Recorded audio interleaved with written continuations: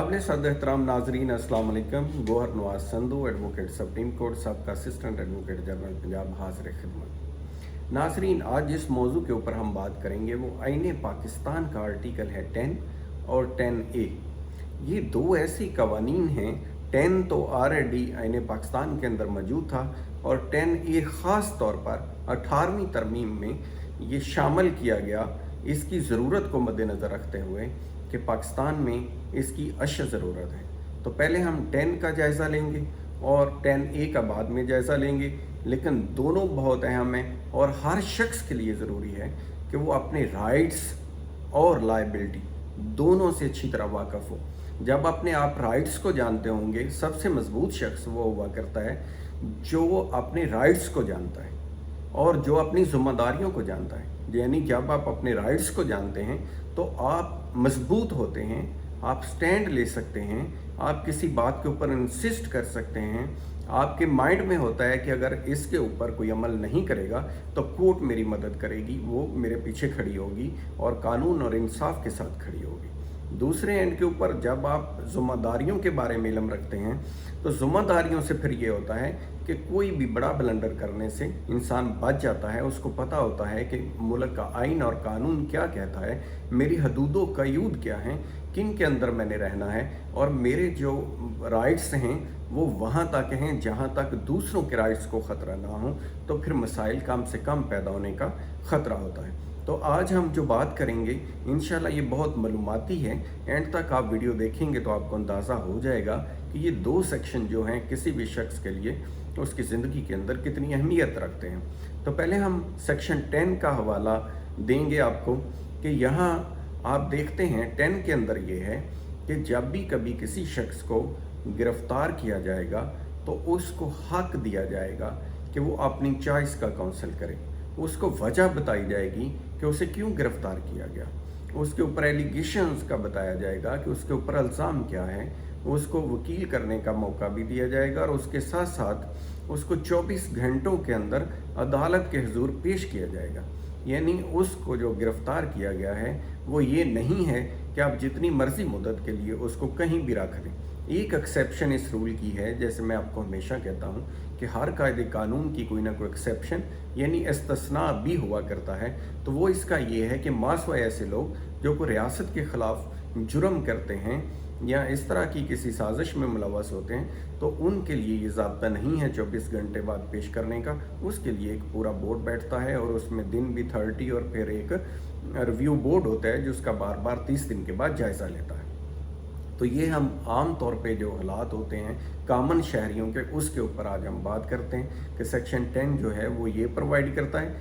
और आगे आता है सेक्शन 10A। सेक्शन 10A के अंदर जो 18वीं तरमीम के बाद पार्लियामेंट ने ये ज़रूरी समझा कि इसको शामिल किया जाए, वो है कि किसी भी सिविल राइट्स के अंदर और फौजदारी मामलात के अंदर किसी भी शख्स को फेयर ट्रायल का हक देना। यानी अगर सिविल मामलात चल रहे हैं तो जो प्रोसीजर कानून ने दिया है उसके ऊपर अमल करना, अगर फौजदारी मामलात चल रहे हैं तो उसके ऊपर भी फेयर ट्रायल का हक देना। अब ये फेयर ट्रायल क्या होता है और जो पहले मैंने बताया 10 जो है उसको डिटेल में किस तरह से देखा जा सकता है। तो जब 10 का हम पाकिस्तान के हालात के अंदर जायज़ा लेते हैं तो यहाँ काबिल अफसोस बात यह है कि अभी तक भी हम जो सही तरीक़ाकार है, जो रूल ऑफ लॉ है, जिसमें ये है कि अमीर हो, गरीब हो, कोई भी काला हो, गोरा हो, किसी भी इलाके से हो, लाहौर से हो या मज़ाफ़ाती इलाकों से हो या दूर दराज इलाकों से हो, सब के साथ एक जैसा सलूक होना चाहिए। कोई मुलाज़म हो या कोई मालिक हो, कोई हुक्मरान हो या आम बाशिंदा हो, कानून की आंखों पे जो पट्टी बांधी जाती है, जो दिखाया जाता है, उसका यही मकसद होता है कि कानून किसी में तफरीक नहीं करता। वो सिर्फ इस चीज़ को मद्देनज़र रखता है कि ये जो सामने मेरे किताब लिखी हुई है, जिसका मैंने जज ने हलफ लिया होता है कि वो इस कानून के आइन के ऊपर अमल करेगा और उसका तहफ़्फ़ुज़ करेगा, हमेशा उसी को ही मद्देनज़र रखना होता है। उसमें कोई दूसरी गुंजाइश नहीं होती कि मुल्ज़म का कद काठ देखें या किसी और चीज़ को देखें। लेकिन अनफॉर्चुनेटली ये मैं नहीं वसूख से कह सकता कि यहाँ ऐसा होता है। यहाँ बहुत सारे मामलात ऐसे हैं जिनको भी बेहतर करने की ज़रूरत है, जिनमें बेहतरी लाने की ज़रूरत है। यहाँ हम देखते हैं पैसे वाले लोग जो हैं वो बहुत मुख्तलिफ़ तरीक़ों के साथ केसों के ऊपर असरअंदाज हो जाते हैं, वो इन्वेस्टिगेशन के अंदर असरअंदाज हो जाते हैं, वो लॉजिंग ऑफ FIR में जो है डिले करा लेते हैं अपने ख़िलाफ़ पर्चों को, या किसी के ख़िलाफ़ कराना हो तो वो जल्दी जल्दी करवा के या पर्चा दर्ज कराने से पहले ही मुलज़म को गिरफ़्तार करा लेते हैं। तो ड्यू प्रोसेस ऑफ लॉ की डिमांड क्या है? ड्यू प्रोसेस ऑफ लॉ ये सब करने की नफ़ी करता है। ड्यू प्रोसेस ऑफ लॉ कहता है कि ऐसा नहीं, जैसे मैंने आर्टिकल 10 में बताया कि अगर किसी के ख़िलाफ़ कंप्लेंट आई है, कग्निसेबल जुर्म है, काबिले दस्तअंदाज़ी पुलिस, तो उसके अंदर जो है वो आप उसके ऊपर पर्चा करेंगे, करने के बाद फिर देखेंगे अगर ऐसे शुहाद हैं, गिरफ्तारी के मुताबिक उसका केस बनता है तो फिर गिरफ्तार करेंगे और 24 घंटे में मस्ट अदालत में पेश करेंगे, मासवाए उस वक्त के जो मुलज़म को अदालत लाने के लिए इस्तेमाल हो उसको माइनस कर दिया जाएगा। जब 24 घंटे के अंदर पेश करेंगे फिर अदालत का जो हुक्म हो वो रिमांड का ऑर्डर करे, जुडिशल रिमांड का ऑर्डर करे या फिज़िकल रिमांड का ऑर्डर करे, उसके ऊपर अमल होगा और उसी पे ही होना चाहिए।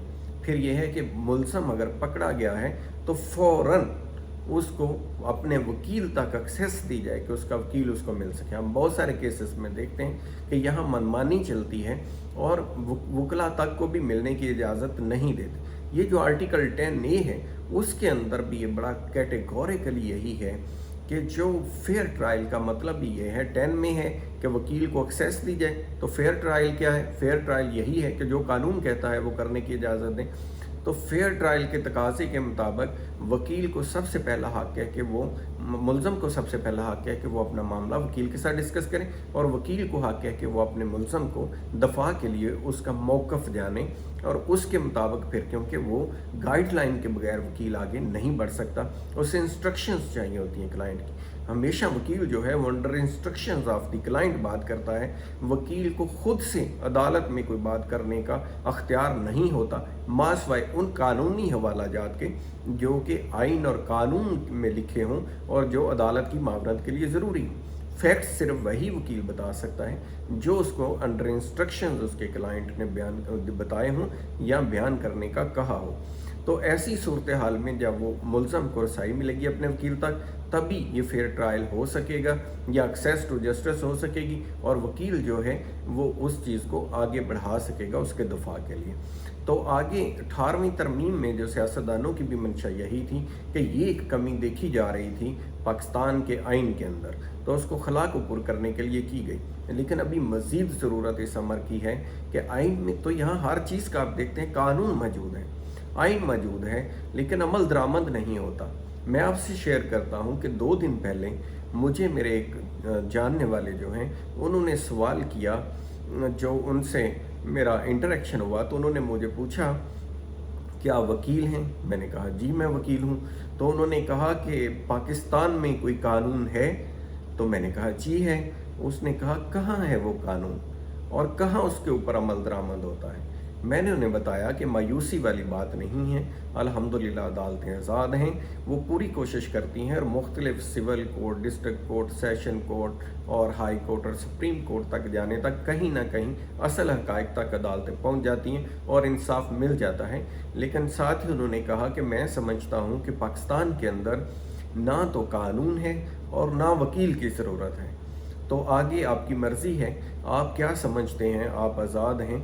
बहरहाल मुझे इस जो उनकी बात थी उसने लम्हा फ़िक्रिया था मेरे लिए और हैरत में भी डाला कि जो माजी में हम सुनते आए थे जिसकी लाठी उसकी भैंस, ये कानून कब ख़त्म होगा। और रूल ऑफ लॉ का जो तस्वर है, जो फेयर ट्रायल का 18वीं तरमीम के अंदर डाला गया है तस्वर, इसके ऊपर हकीकी मानों में ये बासर लोग जो हैं जो किसी न किसी तरह से मैनेज कर लेते हैं, शुहाद अदालत तक नहीं पहुंचने देते और चीज़ों को पहले ही मैनेज कर लेते हैं, ये इन लोगों के साथ कानून का बर्ताव कब तक हम ठीक कर पाएंगे और ये कब तक कटहरे में लाए जाएंगे, जहां अमीर और गरीब और तमाम लोगों के लिए एक जैसा कानून हो, एक जैसा तरीक़ाकार हो और कोई भी अबव द लॉ ना हो। یعنی اباو دی لاء سے مراد یہ ہے کہ قانون سے بڑا کوئی شخص بھی نہ ہو۔